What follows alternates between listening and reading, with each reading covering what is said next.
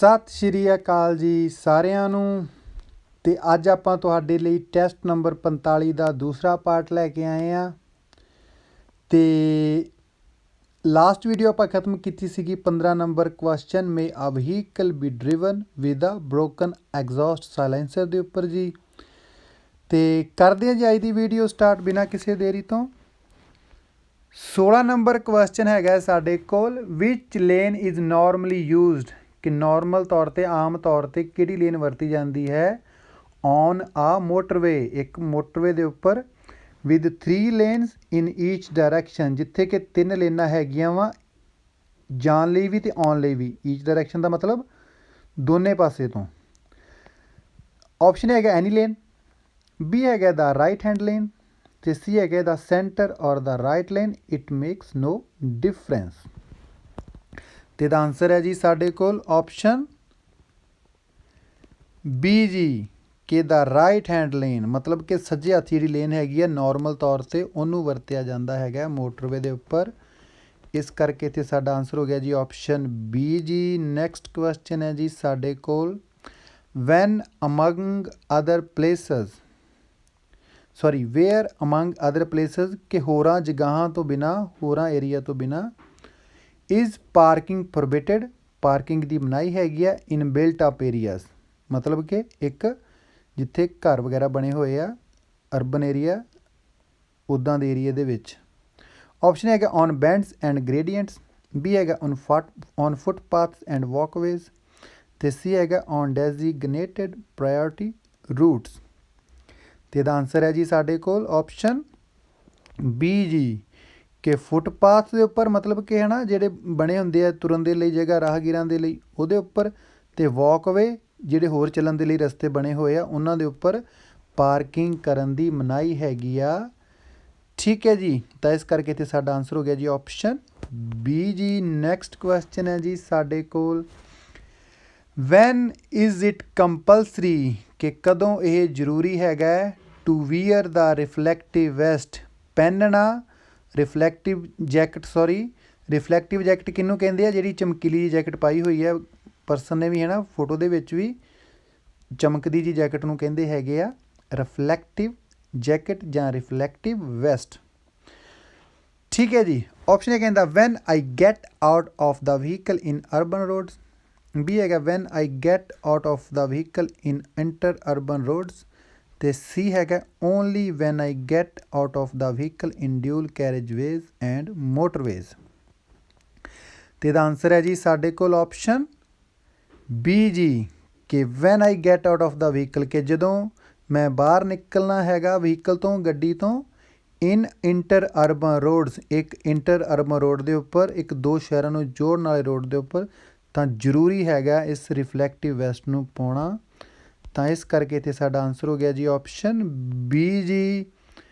Next question ਹੈ ਜੀ ਸਾਡੇ ਕੋਲ, ਆ ਵਾਰਨਿੰਗ ਲਾਈਟ, ਕਿ ਇੱਕ ਚੇਤਾਵਨੀ ਦੇਣ ਵਾਲੀ ਲਾਈਟ ਕੰਸਿਸਟਿੰਗ ਆਫ ਆ ਫਿਕਸਡ ਰੈੱਡ ਲਾਈਟ, ਜਿਹਦੇ ਨਾਲ ਕਿ ਇੱਕ ਫਿਕਸਡ ਆਪਣਾ ਪੱਕੇ ਤੌਰ 'ਤੇ ਲਾਲ ਰੰਗ ਦੀ ਲਾਈਟ ਲੱਗੀ ਆ, ਇੰਡੀਕੇਟ ਕਰ ਰਹੀ ਹੈ, ਦੱਸ ਰਹੀ ਹੈਗੀ ਹੈ ਕਿ ਆਪਸ਼ਨ ਵਿੱਚ ਕਹਿੰਦਾ you must stop until the green light comes on, B ਹੈਗਾ after this you must reduce speed, ਅਤੇ ਸੀ ਹੈਗਾ this road is completely closed to traffic. ਅਤੇ ਇਹਦਾ ਆਂਸਰ ਹੈ ਜੀ ਸਾਡੇ ਕੋਲ ਆਪਸ਼ਨ ਸੀ ਜੀ, ਕਿ ਜਦੋਂ ਆਪਾਂ ਇੱਦਾਂ ਪੱਕੀ ਲੱਗੀ ਹੋਈ ਲਾਲ ਰੰਗ ਦੀ ਲਾਈਟ ਦੇਖਾਂਗੇ ਤਾਂ ਇਹਦਾ ਮਤਲਬ ਹੈਗਾ ਕਿ ਰੋਡ ਪੂਰੇ ਤਰੀਕੇ ਨਾਲ ਟ੍ਰੈਫਿਕ ਦੇ ਲਈ ਬੰਦ ਪਿਆ ਵਾ। ਠੀਕ ਹੈ ਜੀ, ਤਾਂ ਇਸ ਕਰਕੇ ਇੱਥੇ ਸਾਡਾ ਆਂਸਰ ਹੋ ਗਿਆ ਜੀ ਆਪਸ਼ਨ ਸੀ ਜੀ। ਨੈਕਸਟ ਕੁਐਸਚਨ ਹੈ ਜੀ ਸਾਡੇ ਕੋਲ, ਵਿਚ ਸਾਈਡ ਆਫ ਦਾ ਸਾਈਨ, ਕਿ ਕਿਹੜੀ ਸਾਈਡ ਦੇ ਉੱਪਰ ਸਾਈਨ ਦੇ ਮਸਟ ਯੂ ਡਰਾਈਵ ਪਾਸਟ, ਤੁਹਾਨੂੰ ਕਿਹੜੀ ਸਾਈਡ 'ਤੇ ਪਾਸ ਕਰਕੇ ਲੰਘਣਾ ਚਾਹੀਦਾ ਹੈਗਾ ਵਾ, ਕਿਹੜੇ ਪਾਸੇ ਰਹਿਣਾ ਚਾਹੀਦਾ ਹੈਗਾ। ਆਪਸ਼ਨ ਏ ਕਹਿੰਦਾ ਦਾ ਲੈਫਟ, ਬੀ ਕਹਿੰਦਾ ਦਾ ਰਾਈਟ, ਅਤੇ ਸੀ ਹੈਗਾ ਦਾ ਰਾਈਟ ਔਰ ਲੈਫਟ। ਅਤੇ ਜਿਵੇਂ ਆਪਾਂ ਦੇਖ ਰਹੇ ਹਾਂ ਨਾ ਕਿ ਖੱਬੇ ਹੱਥ ਨੂੰ ਉਹਨੇ ਤੀਰ ਦਾ ਨਿਸ਼ਾਨ ਕੀਤਾ ਹੋਇਆ ਹੈ, ਤਾਂ ਇਸ ਕਰਕੇ ਸਾਡਾ ਆਂਸਰ ਹੋ ਜਾਏਗਾ ਆਪਸ਼ਨ ਏ ਜੀ, ਕਿ ਦਾ ਲੈਫਟ, ਕਿ ਆਪਾਂ ਲੈਫਟ ਸਾਈਡ ਦੇ ਉੱਪਰ ਰਵਾਂਗੇ ਸਾਈਨ ਦੇ। ਤਾਂ ਇਸ ਕਰਕੇ ਇੱਥੇ ਸਾਡਾ ਆਂਸਰ ਹੋ ਗਿਆ ਜੀ ਆਪਸ਼ਨ ਏ ਜੀ। ਨੈਕਸਟ ਕੁਐਸਚਨ ਹੈ ਜੀ ਸਾਡੇ ਕੋਲ one of the main causes of accidents ਕਿ ਇੱਕ ਮੇਨ ਕਾਰਨ ਐਕਸੀਡੈਂਟਸ ਦਾ ਇਨਵੋਲਵਿੰਗ ਦਾ ਐਲਡਰਲੀ ਜਿਹਦੇ ਵਿੱਚ ਕਿ ਸ਼ਾਮਿਲ ਹੁੰਦੇ ਆ ਐਲਡਰਲੀ ਮਤਲਬ ਕਿ ਜਿਹਦੇ ਵਿੱਚ ਬਜ਼ੁਰਗ ਲੋਕਾਂ ਦਾ ਐਕਸੀਡੈਂਟ ਹੁੰਦਾ ਵਾ।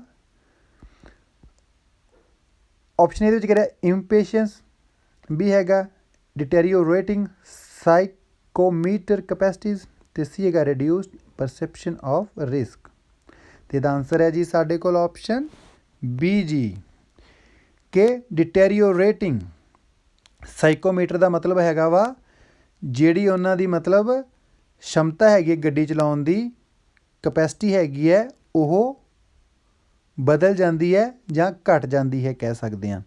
ਸਾਈਕੋਮੀਟਰ ਦਾ ਕੀ ਮਤਲਬ ਹੈ, ਜਦੋਂ ਵੀ ਆਪਾਂ ਕੋਈ ਆਪਣੇ ਅੱਖਾਂ 'ਤੇ ਹੱਥ ਨਾਲ ਕੋਈ ਵੀ ਕੰਮ ਕਰਦੇ ਹਾਂ, ਮੰਨ ਲਓ ਕਿਸੇ ਨੇ ਬਾਲ ਸੁੱਟਣੀ ਹੈ ਜਾਂ ਡਰਾਈਵਿੰਗ ਕਰਨੀ ਹੈ ਜਾਂ ਟਾਈਪਿੰਗ ਕਰਨੀ ਹੈ ਨਾ, ਤਾਂ ਬਾਹਾਂ 'ਤੇ ਅੱਖਾਂ ਦਾ ਜਿਹੜਾ ਯੂਜ਼ ਹੁੰਦਾ ਵਾ ਜਾਂ ਫਿੰਗਰ ਦਾ ਯੂਜ਼ ਹੁੰਦਾ, ਤਾਂ ਇਹਨਾਂ ਚੀਜ਼ਾਂ ਨੂੰ ਆਪਾਂ ਕਹਿ ਦਿੰਦੇ ਹਾਂ ਸਾਈਕੋਮੀਟਰ।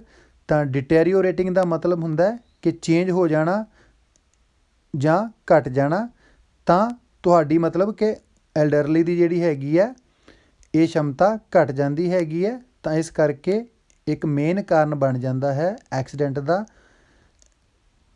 ਜਦੋਂ ਐਲਡਰਲੀ ਦਾ ਐਕਸੀਡੈਂਟ ਹੁੰਦਾ ਵਾ ਇਹ ਚੀਜ਼ਾਂ। ਤਾਂ ਇਸ ਕਰਕੇ ਇੱਥੇ ਸਾਡਾ ਆਨਸਰ ਹੋ ਗਿਆ ਆਪਸ਼ਨ ਬੀ ਜੀ। ਨੈਕਸਟ ਕੁਐਸਚਨ ਹੈ ਜੀ ਸਾਡੇ ਕੋਲ 22 ਨੰਬਰ, ਮੇ ਆ ਕਾਰ ਕੈਰਿੰਗ ਦਿਸ ਸਾਈਨ ਕਿ ਕੀ ਇੱਕ ਕਾਰ ਜੋ ਕਿ ਕੈਰੀ ਕਰ ਰਹੀ ਹੈ ਲੈ ਕੇ ਜਾ ਰਹੀ ਹੈ ਇਸ ਸਾਈਨ ਨੂੰ ਜਾਂ ਜਿਹਦੇ ਕੋਲ ਇਹ ਸਾਈਨ ਹੈਗਾ use a high occupancy vehicle lane, ਤਾਂ ਕਿ ਉਹ high occupancy vehicle lane use ਕਰ ਸਕਦੀ ਹੈ ਜਿਹਨੂੰ ਆਪਾਂ ਸ਼ਾਰਟ 'ਚ HOV ਲੇਨ ਵੀ ਬੋਲ ਦਿੰਦੇ ਹਾਂ।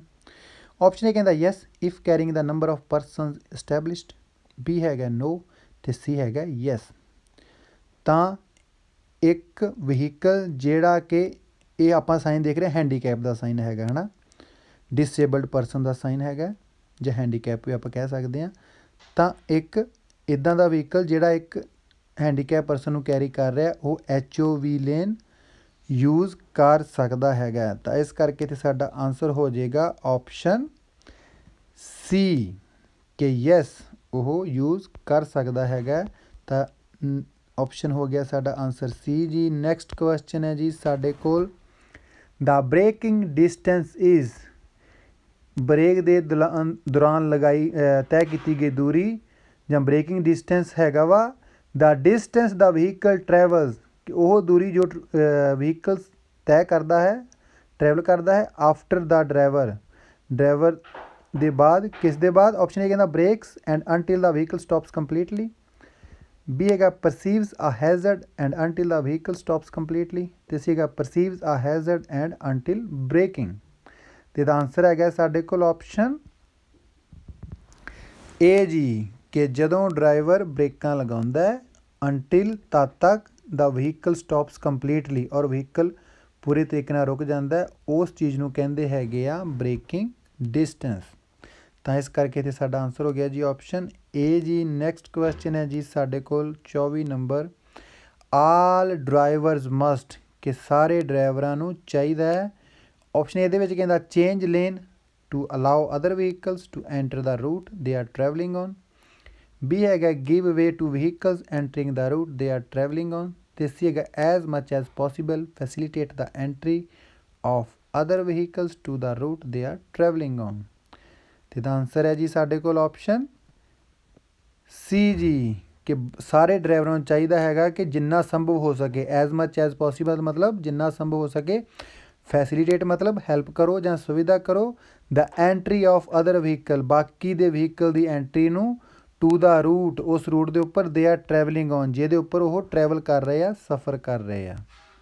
ਇਸ ਕਰਕੇ ਇੱਥੇ ਸਾਡਾ ਆਨਸਰ ਹੋ ਗਿਆ ਜੀ ਆਪਸ਼ਨ ਸੀ ਜੀ। ਨੈਕਸਟ ਕੁਐਸਚਨ ਹੈ ਜੀ ਸਾਡੇ ਕੋਲ 25 ਨੰਬਰ, ਦਾ ਸਾਈਨ ਫੋਰਬਿਡਸ ਕਿ ਜਿਹੜਾ ਇਹ ਸਾਈਨ ਹੈ ਉਹ ਮਨਾਹੀ ਕਰਦਾ ਹੈਗਾ। ਫੋਰਬਿਡਸ ਮਤਲਬ ਮਨਾਹੀ ਕਰਨਾ, ਕਾਹਦੀ ਮਨਾਹੀ ਕਰ ਰਿਹਾ। ਆਪਸ਼ਨ ਇਹਦੇ ਵਿੱਚ ਕਹਿ ਰਿਹਾ to pull up and to park during the first fortnight of the month, B ਹੈਗਾ to park during the first fortnight of the month ਅਤੇ ਸੀ ਹੈਗਾ to park for a period of time longer than 1 hour and 15 minutes। ਅਤੇ ਇਹਦਾ answer ਹੈ ਜੀ ਸਾਡੇ ਕੋਲ option B ਜੀ कि सानू साइन मनाही करदा है पार्क करन दी, लेकिन during the first fortnight of the month, मतलब कि महीने का पहला अद्ध जां महीने की पहली 15वीं दा टाइम है जिहड़ा उस टाइम के उपर, मतलब कि दूजे शब्दों च आपां कहीए तां 1 तरीक तो लैके 15 तरीक तक के टाइम के उपर सानू ये साइन पार्क करन दी गड्डी मनाही करदा हैगा, जिस पासे भी साइन लगा होएगा। ठीक है जी, तो इस करके इत्थे साडा आंसर हो गया जी ऑप्शन बी जी। नैक्सट क्वेश्चन है जी साडे कोल ऑन पासिंग आ पैडेस्ट्रीयन, कि तुसी पास किया, तुसी कोल दी लंघे एक राहगीर दे। वैन मस्ट आ वहीकल, कदों एक वहीकल एक गड्डी नूं मेनटेन आ मिनीमम साइड डिस्टेंस, मेनटेन मतलब रखना चाहिए है मिनीमम घट तो घट साइड डिस्टेंस उहदे तो दूरी साइड तो ऑफ 1.5 मीटर 1.5 मीटर दी। ऑप्शन ए कहता only in built up areas, B हैगा ऑन एनी रूट इनसाइड और आउटसाइड बिल्ट अप एरियाज, ते सी हैगा only on inter urban routes. तो ये जोड़ा है साढ़े को ऑप्शन सिर्फ एक ही हैगा वा कि जोड़ा रोड के उपर सानू 1.5 मीटर की दूरी रखने की जरूरत हैगी है, और वो हैगा inter urban road. Option C कि only on inter urban routes के उत्ते ही सानू जरूरी हैगा है 1.5 मीटर की दूरी रखना पैडेस्ट्रीयन तो। ठीक है जी, तो इस करके इत्थे साडा आंसर हो गया जी ऑप्शन सी जी। नैक्सट क्वेश्चन है जी साडे कोल, सॉरी नैक्सट क्वेश्चन है जी साडे कोल 27 number, rest during a trip, कि रेस्ट करना आराम करना एक ट्रिप के दौरान। ऑप्शन कह रहा is advisable only for beginner drivers, B हैगा is a way of avoiding the onset of fatigue, तो सी हैगा is necessary only for professional drivers. तो यदा आंसर है जी साडे कोल ऑप्शन बी जी, कि रेस्ट करना आराम करना ट्रिप के दौरान इज़ अ वे एक तरीका हैगा है ऑफ अवॉइडिंग बचन का the onset of fatigue थकावट के आउण तो इस करके इत्थे साडा आंसर हो गया जी ऑप्शन बी जी। नैक्सट क्वेश्चन है जी साडे कोल 28 number, is overtaking permitted at an intersection, कि की ओवरटेक करन दी आग्या हैगी है एक चौराहे के उपर, एक इंटरसैक्शन के उपर, जां फिर एक चौरस्ता भी आपां कह दिंदे हां उहनूं जिथों चार राह निकलदे होण। ठीक है जी, ऑप्शन ए कहता no unless the road is expressly signed for right of way at the intersection, B हैगा yes when there is no giveaway requirement at the intersection, ते सीगा yes if visibility is sufficient। तो यदा answer है जी साडे कोल option A जी, के आपां ओवरटेक नॉर्मल तौर पर नहीं कर सकते, लेकिन बशर्ते जां शर्त रखदा अनलैस कह के the road is expressly signed, कि अगर रोड के उपर सही तरीके नाल साइन दिता होया सिग्नल दिता होया कादा फॉर राइट ऑफ वे का तुहाडी पहल का एट द इंटरसैक्शन चौराहे के उपर, तो तुसी ओवरटेक कर भी सकते हो।